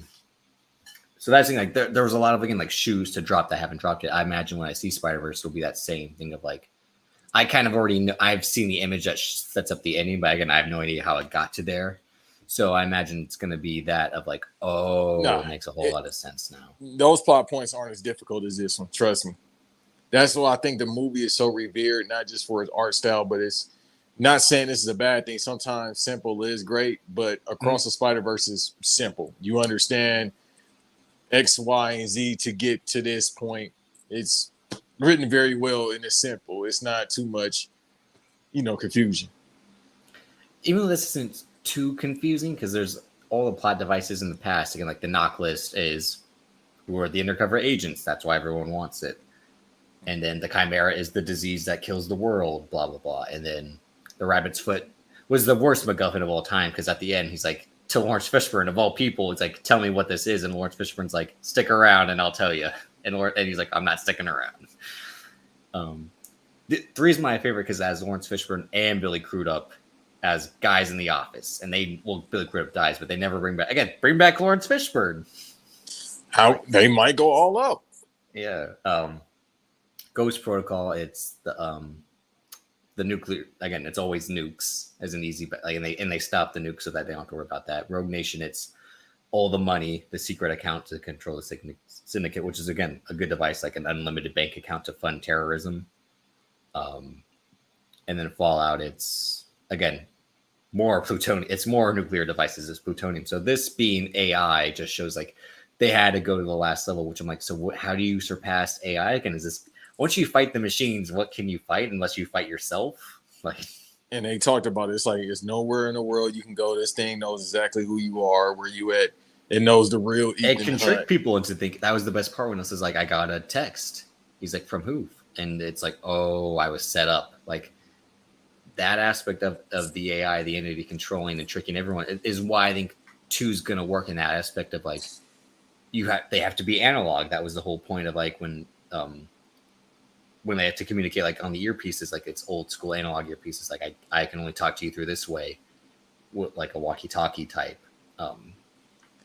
So it'll be interesting. And maybe that's probably why he's going to be on that like old school plane that he was hanging from those set photos. Remember? Cause it's like, he can't trust a modern plane because it can be hackable or something like that. Yeah.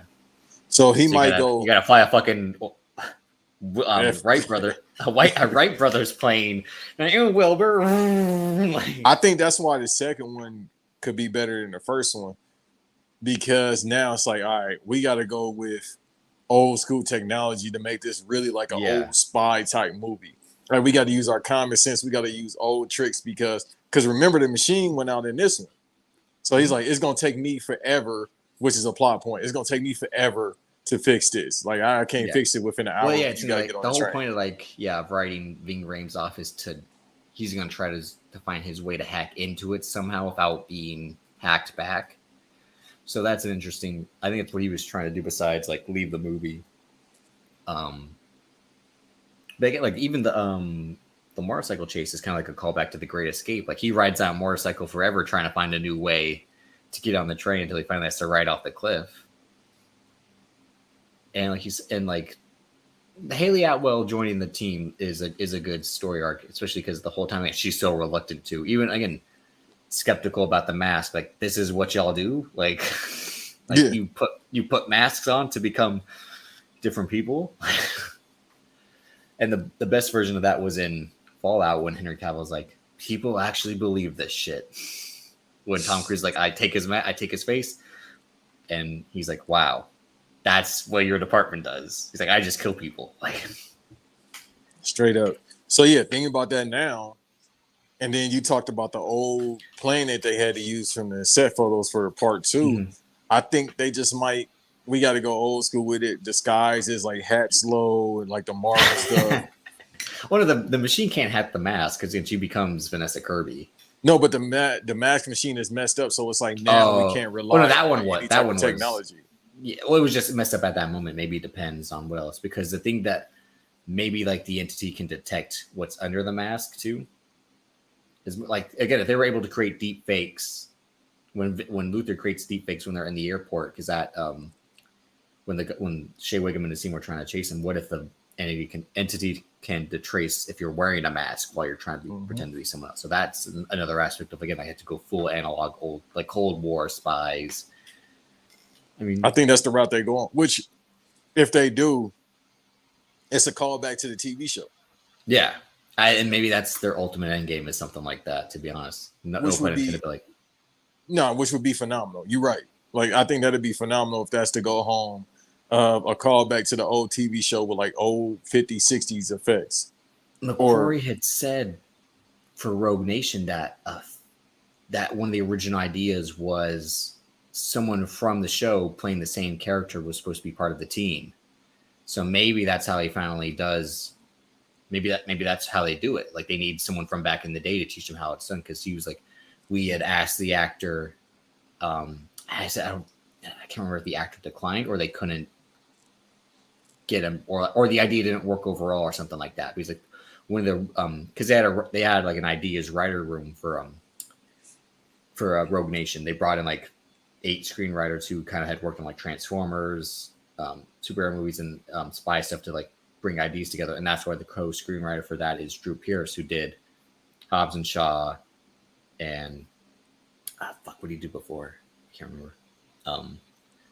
But one of the ideas, yeah, was to bring back a guy from the '60s TV show and have him be part of the team. So maybe they do that now, and again, someone teach them how to do old school spy tech. Which I mean, again, that's an interesting concept considering. But I'm like, are we gonna know about young Ethan Hunt still? That's still the ultimate. And his connection with Shea Wiggum, like you got to end this program. You got to. well, I mean, is there much more to say? I mean, I still think it's a great movie, despite the critiques of it. Again, it seems messy just in terms of like good food can be messy, you know? Like Right. I'm a what I like far as fast food checkers. That's very messy. So yeah, but it's not like messy like, oh, they undid what they set up before. Again, that's just like there is no history on Ethan Hunt, like I said, except the mother and the uncle. But if they were to say like again, the idea from the original second movie was he has no history on record. mm-hmm. But I'm trying to think of what else. But yeah, I mean, man, I've always said that. I think the last time we talked about it, that it would be good if like Jeremy Renner became the villain. Maybe they bring him back to be the villain. I think it's one more person that's involved with all this because well, my dream casting would be Jamie Foxx, just for the obvious reason.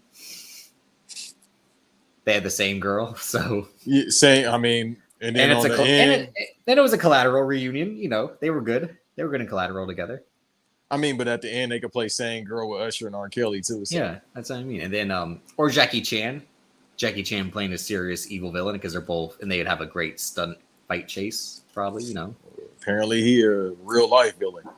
Yeah, I've been finding out all year. I didn't know any of this, but I'm still not sure what to believe about stuff like that. So I don't. That's Twitter, and Twitter's dead anyway. So yeah, they don't know shit on Twitter. but he said he wants to make these movies until his 80s, like Harrison Ford was making Indiana Jones movies. But as no one saw Indiana Jones, you didn't see it. I did see it. You did? What'd you think? You want me to be Banks or you want me to lie? -5 stars. Yeah, no, I had to definitely do, bro. The Brian Alvarez. I said, bro, I had to No force buys. myself. That's what he would say about teenage reviews, No. right? 1 out of 5 stars. Like, bro, legit. Yo, I don't even want to see him in the new Captain America, but I'll watch it. He just go home, bro. The Penitent Man. The Penitent Man. Yeah, the Penitent Man need to go home, bro. I would watch that movie with him and what's the dude? See, I can't even get the joke off when they was the cops. Him and Hollywood Homicide with Josh Hartnett. Yeah, I've seen that movie multiple times. I would watch that. I've never seen it, but don't Ron watch Shelton. it. Oh, I've never seen it, but Ron Shelton, who did Bull Durham, did Hollywood Homicide. Yeah, don't watch it. I watched it as a teenager just because I was bored. Here's why I've never watched it, because I read the plot and it's like he's a cop who wants to be an actor, and he's a cop who's like a real estate agent. Like they have side hustles while trying to be cops, right?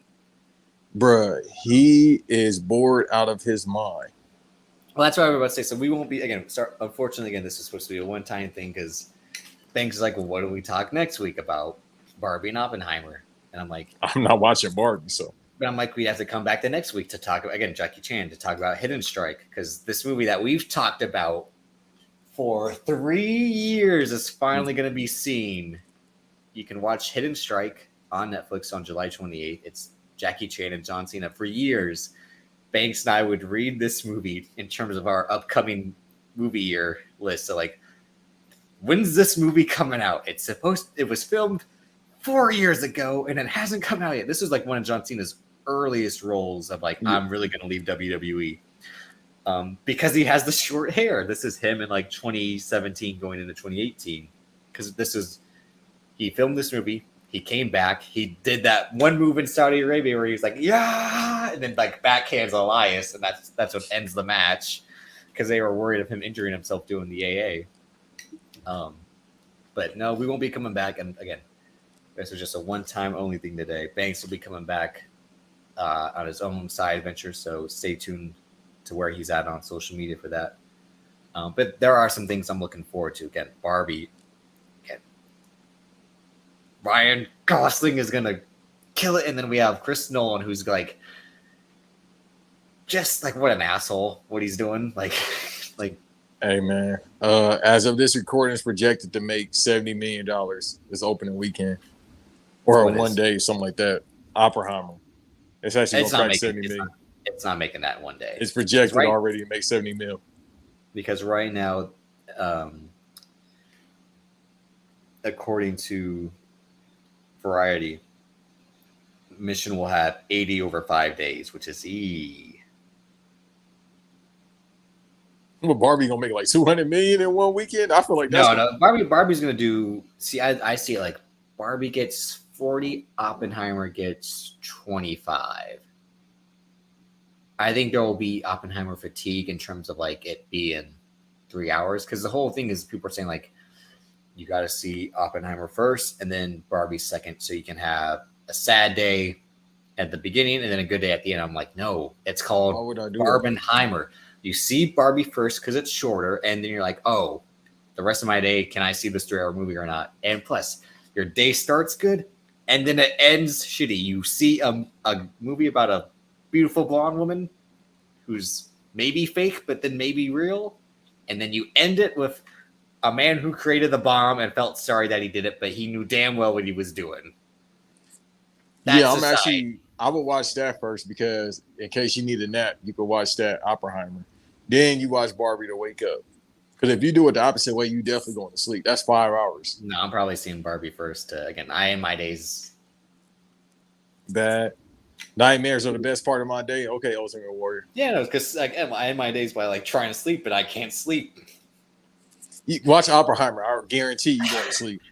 You really don't think this is going to be good? Because we've kind of talked about this off and on. I think it's just going to be a Christopher Nolan movie. That's not bad.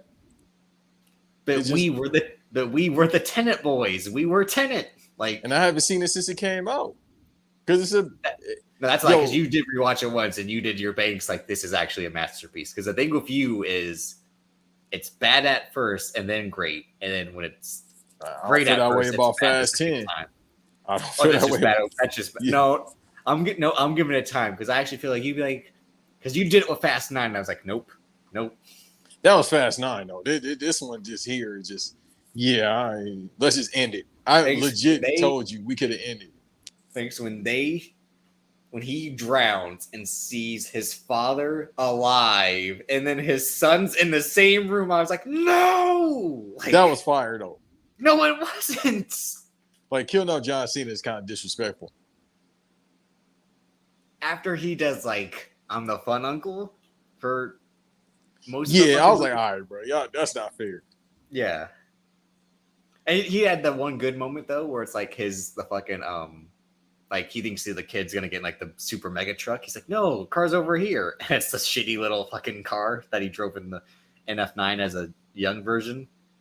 But the idea of, that canoe being, like, the spy ship is kind of cool, though. When, like, he carries it all through the airport. It's like, oh, it's a spy plane once they shoot out of the airport. Out of the airplane. That was a cool concept. But the cannon car was dumb as fuck. Yeah, I just... That finish was better than this, I'll say that. But no, it wasn't. No. Because I left that theater like, that's... You don't even... like, the dam's about to burst, and he looks at his son like... and it's like... But you know they got to open up the movie with that. But at the same time, Mission Impossible, how they open up, there's no telling. He might open up in the submarine. It'll probably... If it doesn't open up with the mission in which Gabriel sets him up, then what the fuck are you doing? Like... I think they do that. I think they might come out with the best stunt. But I'm like, are they going to...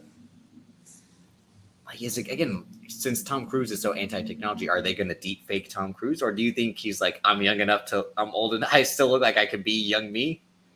Yeah, of course. He's not going to let no technology... Bro, he don't believe in medicine. You think they're going to let him do that? Well, you saw what happened. Like, you saw the prosthetics they made the actors wear to be young Indiana Jones just to still do CGI over it. Like, they actually made masks so it would, I guess, be easier to render on the technology. Like, again, James Mangold look realistic. James Mangold took all that money and flushed it down the fucking drain after being such a hypocrite about Logan. Bro, the dude didn't want to do the movie being Harrison Ford. Why did he do it? We don't know. But he didn't want to do the movie.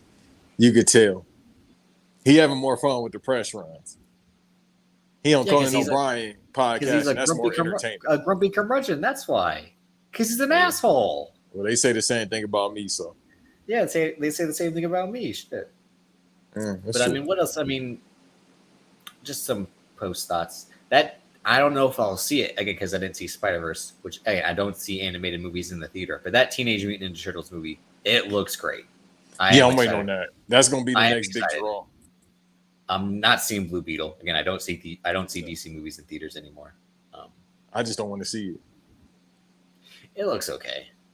I don't. I'm not a huge fan of the character, so that's why I'm like. I like the guy because he's from Cobra Kai and he's great on Cobra Kai. I think that was great casting. Yeah. But again, Dune. You know, Antonio about to be the next Blue Beetle, right?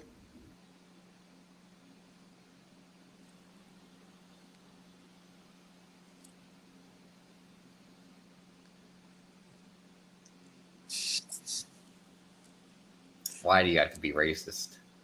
He said he wanted to be the next one. How is that racist? He wants to be on the Barbie red carpet where Liv Morgan is. But again, who wouldn't want to be on that red carpet? Well, she not checking for him. She checking for me. Your girl is my girl. Right. He don't know what to do with all that. Okay. What else is there that comes out this year? Shit. I think that's it. Bro, No, honestly, I think that's it. did you see the Bob Marley trailer? I gotta ask you that. I'm out of here. Hey, man, good episode. I No, did you appreciate see y'all. that trailer? Because that was some dog shit. Hey, dog. Hey, all the writers stay on strike. All the actors stay on strike, too. After I seen that trailer, I was like, yeah, no wonder Hollywood is bleeding. Basically. Yeah, just because, bruh, they got the dude from Secret Invasion who's doing a good job. But that movie looks like garbage, bruh. Like that horrible Jamaican accent, the dreads. I said, One bruh, love. I said, bruh, there's not a snowball's chance in hell I'm gonna watch this movie. Oh, Napoleon. Yeah, you and I agreed that Ridley Scott. Get the fuck out of here. All right, we got. I'm not watching that. You don't even like Joaquin Phoenix, right? You want to tell the people about that? No, I hate Joaquin Phoenix. You said he should be in Scarface, though. I mean, if the shoe fits, and the shoe fits. Yeah, that's what you said. They remake it. Yeah, I don't think he's a terrible actor, but I don't think he's a good actor. He's not as good as people think, is what I'll say. Yeah, because legit, it's him playing himself, like depressing the pride in every role, even when he was Caesar or whatever in Gladiator. Oh, Claudius. Right? Yeah, not Caesar. Caesar was before all that. Well, he wears the Caesar crown, so yeah, just like he does as Napoleon. I'm like, Biggin, someone said, like, did Napoleon wear his hat everywhere he went? Like, bro, every scene he had the hat on. I said he's just like you. All right, but I'm taller than Napoleon. Nah, you're as tall as Leo Rush, brother.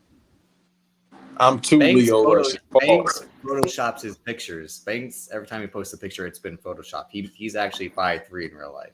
So the people that see me in real life, I'm tall, beige, and handsome. So you don't need to lie to the people. All right, but Mission Impossible: Dead Reckoning Part 1. Go see again. I enjoyed it. Great again, as Tom Cruise said, great time. It's a great time. It's a great movie. I love making movies again. In your rankings, because I did this on Letterboxd, I think you might have the same list as me. I did 3, 6, 1, 2, 5, and then 4. This might be 3rd or 4th on my list because I don't want to be too recency biased. But I do think it was better than Rogue Nation, Fallout, and 2. But I don't know if it's better than.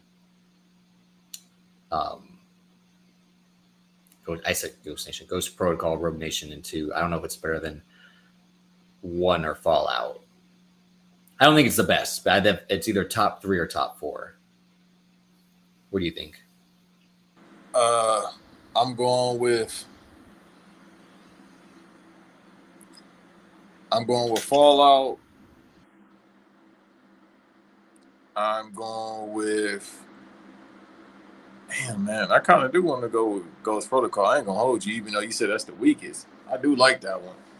Yeah, I'm gonna go with Ghost Protocol. See, I always thought Rogue Nation was the weakest, and you said the same thing. But when I watched Rogue Nation after Ghost Protocol, I'm like, Rogue Nation's just a little bit better to me. I felt like Rogue Nation was too much dialogue. Ghost Protocol had a lot of action, a lot of pacing. It doesn't when you actually break it down. But it does have him climbing the building, and that's amazing. And that's what I mean. Like McQuarrie said, he had to top that, and that's why he thought Rogue Nation was hard for him to do. But then he surpassed it with Fallout. Like everything in Fallout is better than everything in Ghost Protocol. Right, because with Fallout, it's the same thing as if you watch Captain America 2. Yeah, because Fallout's the same. Fallout is exactly the same as Rogue Nation, but like a guy knows what to do, so it's a little bit better. Yeah, so you could just jump in, never seeing any of the movies, could have standing on his own. No, that's a lie, because he said that was his intention, but you can't just watch Fallout if you've never seen them. Like you're gonna get lost with the characters, but no, McQuarrie said his intention is that people can watch Fallout without seeing any of the rest. And I know what he means is because like his excuse is like they reintroduced Julie in the beginning, and and they kind of reintroduce Elsa and explain their relationship in the movie. Because his whole point of Fallout was he wanted to make a Mission Impossible movie that could stand alone on its stand alone. And I'm like, it actually kind of depends on the other ones. I get what he was saying, but like it really, because Rogue Nation is when these movies became the MCU. Like everything's connected. Because again, like I said, like earlier, like bringing Ving Rhames back at the end of Ghost Protocol, it's like oh, this is a Marvel franchise now. Everything's connected because everything's been acknowledged. Like Fast 5 in the Fast and Furious franchise, like bringing back Vince was like a huge deal because I'm like, oh shit, Vince is back. Like, but yeah, no, I understand. That makes perfect sense. So you said Fallout, Ghost Protocol. I might go with 1. Yeah, I'll go with 1 at number 3. 4th, I might go with 2. John Woo. 5th, I'll probably go with Dead Reckoning, the new one. I'll go with that one. And then it might climb up. Let's see. 6, I'll probably go with, because I definitely want to put Rogue Nation at the least. So that means you have 3 at 6 and then Rogue Nation's last. At yeah. 7. All right. Yeah, we'll do that. And then again, Dead Reckoning can probably jump up. Let's see. Let's see what happens with the new one, because the new one might crack the top 3. Who knows? See, the thing was, when I left John Wick Chapter 4, it's not like I kept thinking about it. I'm like, that actually might be the best John Wick movie. Because I was wondering, like, oh, I think it's the second best. But when days later, I kept thinking about the same 3 or 4 things in the movie. I'm like, actually, this might be the best John Wick movie. And there's still supposed to be 40 minutes that we haven't seen yet. I'm good, bro. Oh, I want to see it. But because I got to go back and watch that one. I haven't seen 4. Yeah, you have to watch it. You'll love it. Yeah. No, I haven't seen it since it came out, and I was just like, So maybe I just wasn't in the mood. I forced myself to watch it, but I got to go back and watch it. Oh yeah, I forgot you didn't. Like, yeah. You and because Cal didn't watch it properly, and you didn't. You thought I would just have it. No, I thought it would not end when I left, but I'm like, damn, that was dope. But then I'm like, as days kept going by, I kept replaying like the set pieces in my head. I'm like, actually, that might be the best one. Shit, because I think 2's the best out of that franchise. Yeah, for me, I think I said 2, 3. 2, 3, 1 is just because 1 has so little money. It's impressive what they did with it. That's why it's last. But again, the weakest John Wick movie is still better than most other movies. It's the same thing with Mission Impossible. It's like, right, the first John Wick makes the Kraven the Hunter movie coming out look like dog shit. No, I forgot that they put out one trailer. People was like, "Oh, this is trash," and they was like, "Yeah, you're right, but we still gonna put it out." That's the Sony philosophy. But thank y'all for watching today. It was great coming back to talk about Mission Impossible with y'all. Go see it. Go see the Haunted Mansion movie's coming out. I probably won't be seeing that, but in theaters. But I do want to see it. I'm not gonna see it in theaters, but I do want to see it. Yeah, that should be on Disney Plus ASAP. It should. No, for real, it should, because that way people can watch a bit. And again, no offense to Justin Simeon, because I loved Dear White People, the show. And this movie looks like he did a great job directing it. But yeah, I'm not seeing that movie in theaters, unfortunately. Yeah, I'm not spending my money. Ninja Turtles, that's the last movie I'll probably spend my money on this year. Yeah. Definitely will be seeing that day one as a Ninja Turtles mark. I'll be watching that. Again, as someone who always is like, about the Ninja Turtles, it has my attention because them having kids do the actual voices is pretty good too. Like, that's the best part about it. Like, and all the comedy is great when they're like, "You write this out," and Splinter's like, "Hey, what did I say about using that word?" Who Jackie Chan is playing Master Splinter. So yeah. Oh, and John Cena is Rocksteady. Like, Ice Cube is in it. But he's a villain. Like he's in real life, apparently. So. Yeah, you hear his voice? You think he's not a villain? Are we having the Ice Cube's a bad actor discussion again? I said he's not a good actor, but he's passable. We had that via text, that conversation. Yeah, because you're like, Ice Cube's a bad actor. I'm like, he's decent. He's good as Craig, obviously. Right. That's what I'm saying. You talk about people he could play. He's good in Triple X State of the Union. He's good in that. Yeah, it was a pretty good movie. He tries a little hard to be like tough guy, but like he's believable in that movie. What else? 21 and 22 Jump Street. Yeah, well, I mean that's the obvious. Though that's his best work is 21 and 22. But He just got to be angry. That's it. Like, are we there yet? Just be angry. Nasty man. Yeah, that's all you got to do. You trying to get with Nia Long? Oh yeah. I mean, he maybe can now. I mean, her man ain't her man anymore, right? Yeah. I don't know. Maybe I don't know how. Who do you got winning the finals this year based off summer league? What?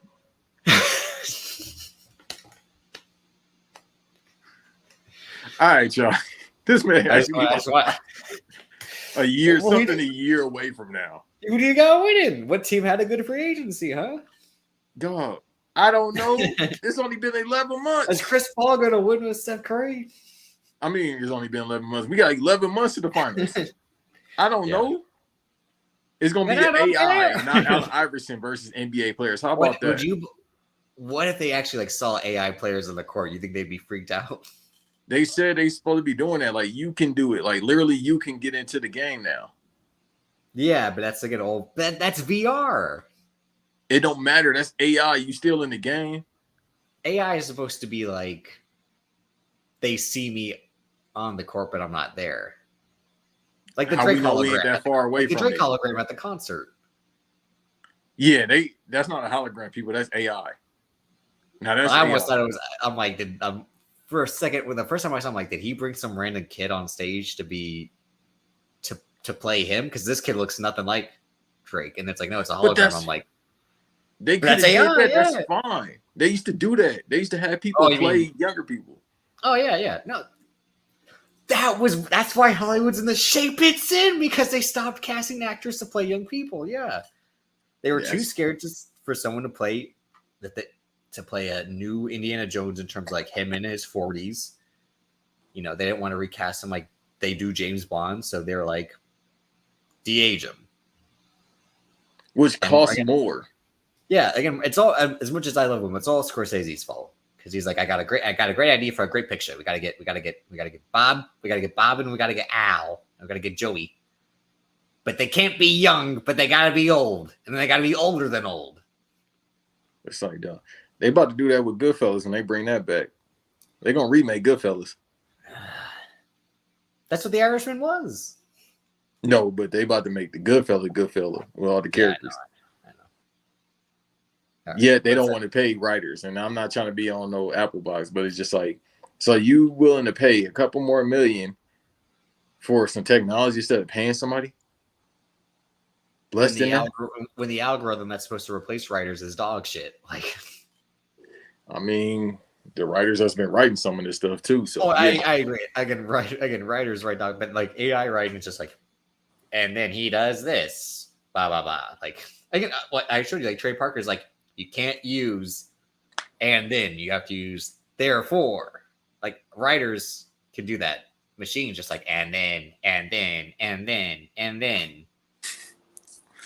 I feel like we talked about this a couple years ago, as far as what they're going to do with actors. Alpha 5 from the Power Rangers.